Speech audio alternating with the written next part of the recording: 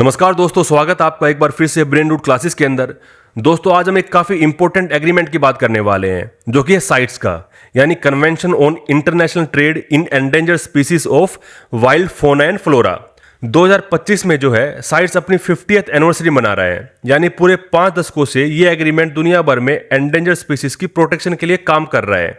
International trade और biodiversity conservation को balance करने वाला ये सबसे बड़ा ग्लोबल फ्रेमवर्क है। सबसे पहले देखते हैं साइट्स न्यूज में क्यों है। 1975 के अंदर ये कन्वेंशन ऑफिशियली लागू होता है और अब 2025 में इसे पूरे 50 साल हो चुके हैं। इसका कोर मिशन है ये एंश्योर करना कि international trade in wild animals and plants उनकी सर्वाइवल को थ्रेटन ना करे। दुनिया भर के कंट्रीज चाहे वो डेवलप्ड हो या डेवलपिंग, इस प्लेटफॉर्म के जरिए एक दूसरे के साथ कोऑपरेट करते हैं ताकि वाइल्ड लाइफ ट्रेड रेगुलेट और सस्टेनेबल हो पाए। अब इसकी जो ओरिजिन की स्टोरी है उसको समझते हैं। साइट्स का जो कॉन्सेप्ट है वो पहली बार 1963 के अंदर IUCN की एक मीटिंग के अंदर आता है और 1975 में इसको लीगली एनफोर्स कर दिया जाता है। ये एक वॉलेंटरी इंटरनेशनल एग्रीमेंट है, मतलब कंट्रीज खुद डिसाइड करके ज्वाइन करते हैं, लेकिन ज्वाइन करने के बाद इसका इंप्लीमेंटेशन लीगली बाइंडिंग हो जाता है। इसका जो सेक्रेटेरिएट है वो यूनाइटेड नेशन एनवायरनमेंट प्रोग्राम के अंडर आता है और इसका जो हेडक्वार्टर है वो जेनेवा के अंदर है जो कि स्विट्जरलैंड में है।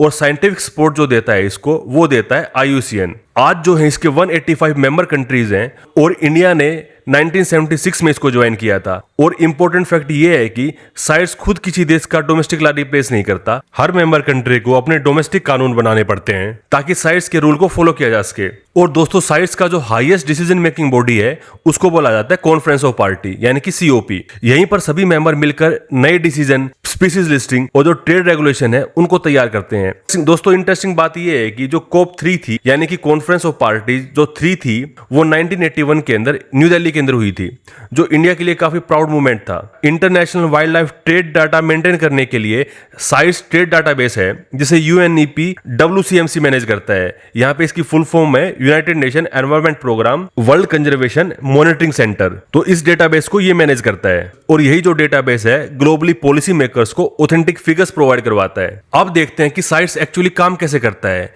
ये एग्रीमेंट दुनिया की 40,000 से ज्यादा स्पीसीज ऑफ एनिमल्स और प्लांट्स को प्रोटेक्ट करता है। ये स्पीसीज 3 अपेंडिक्स में लिस्टेड की जाती हैं, अपेंडिक्स 1, अपेंडिक्स 2 और अपेंडिक्स 3।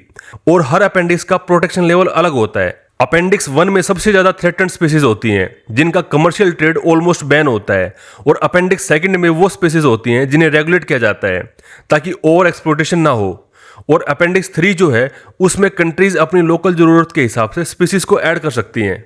किसी भी लिस्टेड स्पीसीज का इंपोर्ट, एक्सपोर्ट और री एक्सपोर्ट करने के लिए साइट्स परमिट या सर्टिफिकेट मैंडेटरी होता है। तो दोस्तों ये सिर्फ पेपर वर्क नहीं है, परमिट सिस्टम इतना स्ट्रिक्ट है कि अगर किसी स्पीसीज की पॉपुलेशन डेंजरसली कम हो जाती है तो ट्रेड जो है तुरंत उसको रेस्ट्रिक्ट कर देता है। यही रीजन है कि एलिफेंट, टाइगर्स, राइनोस, पेंगोलिन्स, इस टाइप के आइकॉनिक एनिमल्स और ऑर्चिड्स, रोजवुड्स, इस टाइप के वैल्यूएबल प्लांट्स ग्लोबल मार्केट में अनकंट्रोल्ड ट्रेड से बच पाते हैं। साइट्स ने जो है कई की इनिशिएटिव्स लॉन्च किए हैं। सबसे पहला है इसका अपेंडिसिस प्रोटेक्शन सिस्टम जो डाइवर्स स्पीसीज को सेफगार्ड करता है, एलिफेंट, टाइगर से लेकर मेडिसिनल प्लांट्स तक। दूसरा है माइक प्रोग्राम, यानी monitoring of illegal killing of elephants, जो दुनिया भर के एलिफेंट पोचिंग लेवल ट्रैक करता है और कंजर्वेशन पॉलिसी को गाइड करता है। इंडिया में माइक साइट्स में आसाम के चिरांग रिपू एलिफेंट रिजर्व और दिहिंग पटकाई एलिफेंट रिजर्व ये शामिल हैं। दोस्तों आसाम के अंदर ये दिहिंग पटकाई फेस्टिवल भी होता है जो कि आसाम की तिनसुकिया डिस्ट्रिक्ट है उसके अंदर सेलिब्रेट किया जाता है। साइट्स ने अपना स्ट्रेटेजिक विजन 2021-2030 भी अडॉप्ट किया है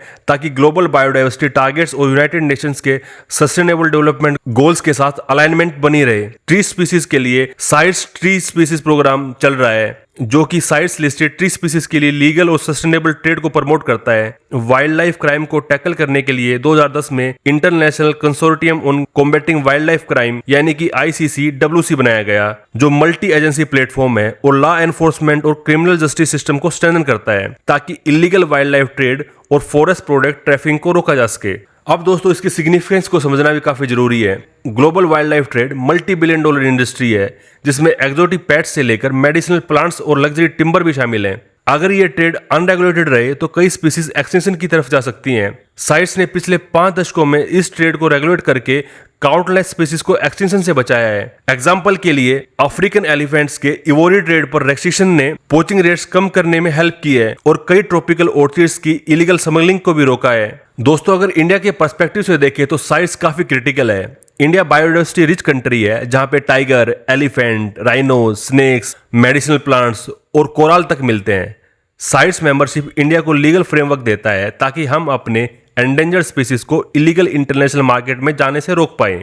वाइल्ड लाइफ प्रोटेक्शन एक्ट 1972 को भी साइट्स ऑब्लिगेशन के हिसाब से लगातार स्ट्रेंथन किया गया है और कस्टम अथॉरिटीज, फॉरेस्ट डिपार्टमेंट्स और एनफोर्समेंट एजेंसी साइट्स परमिट को चेक करके इलीगल एक्सपोर्ट इंपोर्ट कंट्रोल करते हैं। लेकिन दोस्तों, चैलेंजेस भी काफी हैं। अभी इलीगल वाइल्ड लाइफ ट्रेड अभी भी दुनिया में ऑर्गेनाइज क्राइम का हिस्सा है। स्मगलिंग रूट्स काफी सोफिस्टिकेटेड हैं। Cyber trade platforms wild life parts बेचने में यूज हो रहे हैं और कुछ रीजन्स में लॉ एनफोर्समेंट काफी वीक है। क्लाइमेट चेंज भी कई स्पीसीज की वल्नरेबिलिटी बढ़ा रहा है। साइट्स जो है खुद एनफोर्समेंट एजेंसी नहीं है, ये जो है मेंबर कंट्रीज पर डिपेंड करता है कि वो स्ट्रॉन्ग डोमेस्टिक कानून बनाए और उन्हें इंप्लीमेंट भी करें। दोस्तों, 50 साल पूरे होने पर साइट्स हमें सिखाता है कि ग्लोबल कोऑपरेशन कितना जरूरी है, चाहे वो माइक प्रोग्राम हो, साइट स्ट्रीप स्पीसीज प्रोग्राम हो या ICCWC जैसी मल्टी एजेंसी एफर्ट हो। ये सब दिखाते हैं कि जब कंट्रीज डेटा शेयर करते हैं और ज्वाइंट एक्शन लेते हैं तो वाइल्ड क्राइम को रोका जा सकता है और बायोडाइवर्सिटी को जो है बचाया जा सकता है। तो दोस्तों, साइट्स केवल ट्रेड रेगुलेट करने वाली ट्रीटी नहीं है, बल्कि ग्लोबल बायोडाइवर्सिटी कंजर्वेशन का एक काफी अच्छा पिलर है। इसने हमें दिखाया है कि सस्टेनेबल ट्रेड और स्पीसीज प्रोटेक्शन साथ साथ चल सकते हैं। फ्यूचर में जैसे जैसे ग्लोबल ट्रेड और डिजिटल मार्केट प्लेसेस इवोल्व करेंगे,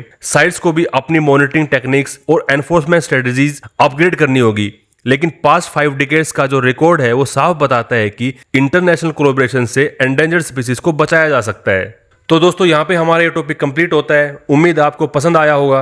अगर आपको ये टॉपिक अच्छा लगा हो तो कमेंट कर जरूर बताएं, अपने दोस्तों के साथ शेयर करें और बेल आइकन को दबाना बिल्कुल ना भूलें ताकि हर नई लेक्चर की नोटिफिकेशन आपको टाइम पर मिलती रहे। मिलते हैं अगले वीडियो में, तब तक के लिए धन्यवाद।